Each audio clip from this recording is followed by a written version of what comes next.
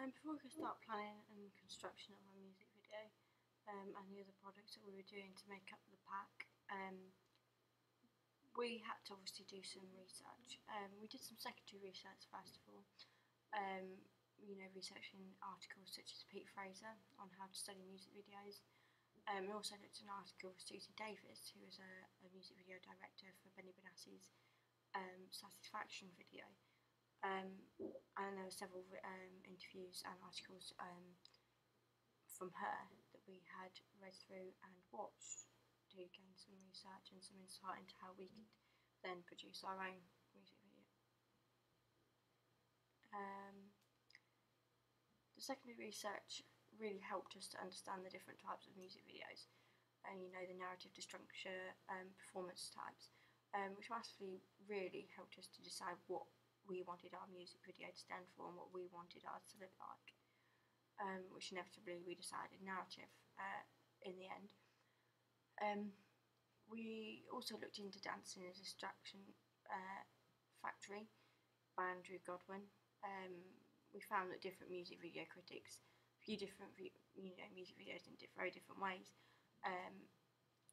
For example, Mercer views them as a kind of cinematic genre, such as a film or TV programs, whilst Walker sees them as a form of visual art, comparing them to short films. Some critics even view them as forms of art, although some actually merely as adverts or used as an attempt to promote the band or song. By learning these views through secondary research that we found through the internet and other resources within the school, really helped massively, to decide where we wanted to lie and what we wanted critics to think about our music video and how we would get that across. And the internet was a key tool in doing this, as there's so much information that we could gain from looking on here, especially YouTube, with interviews and things, and obviously Google and etc. for articles. We used the internet really more to develop the ideas that we'd found already. And Godwin, like we said before, had touched on the idea of a star persona, where you develop the music video and make the star look good, and making people think of them as a superstar sort of image. This helped us when thinking about our star, which was Rob, and we wanted him to seem like a star and that people would want to almost be him, because it gives that appeal and that connection to our age group and target audience that we were going for. Whilst researching, obviously it was important to watch existing music videos to get a feel of what was included, what options that we had, all the different editing effects, simple and complicated. And it provided us with a huge range from YouTube, with a range of different bands and genres. In order to make the research effective, obviously we looked into all the different types of videos, which are narrative, disjuncture and performance, so that we could get a feel for which ones that we really wanted our video to look like.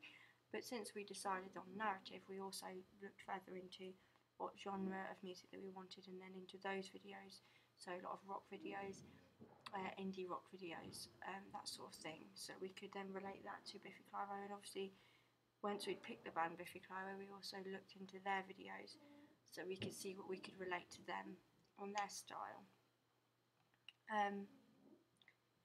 Obviously YouTube was very, very useful for that. We also looked on the internet for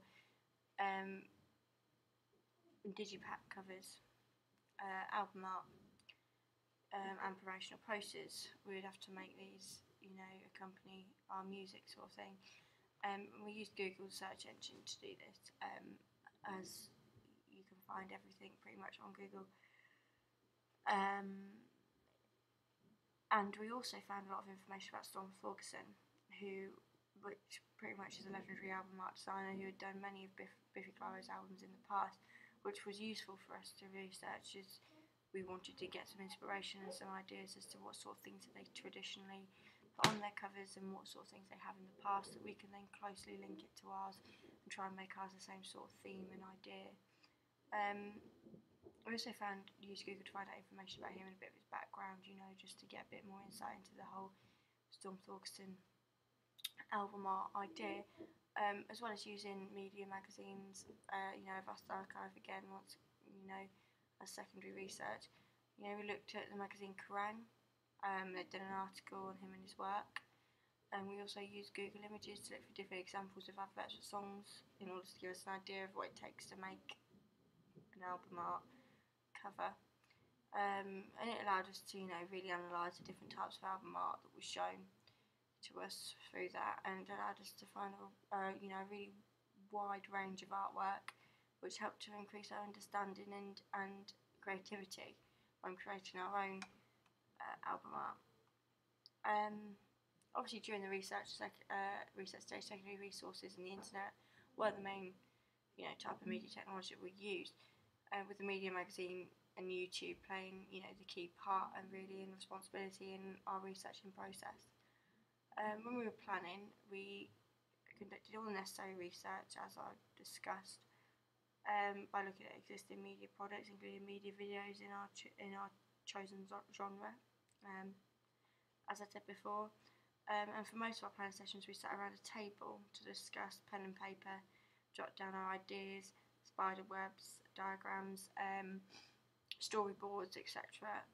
We also used different search engines and websites such as Ultimate Guitar in order to find the lyrics of the chosen song that we'd used, and started thinking about locations and the technology we were going to use. Google Maps to give us a rough idea of whereabouts we'd want to be, where would be the best location to shoot the kind of scene that we wanted, in order to take pictures to show the rest of the group via email. Those iPhones we used a fair bit, and so was it email, in fact. And during our planning stage, the main bit of technology we used were phones. This was because it was ease and simplicity.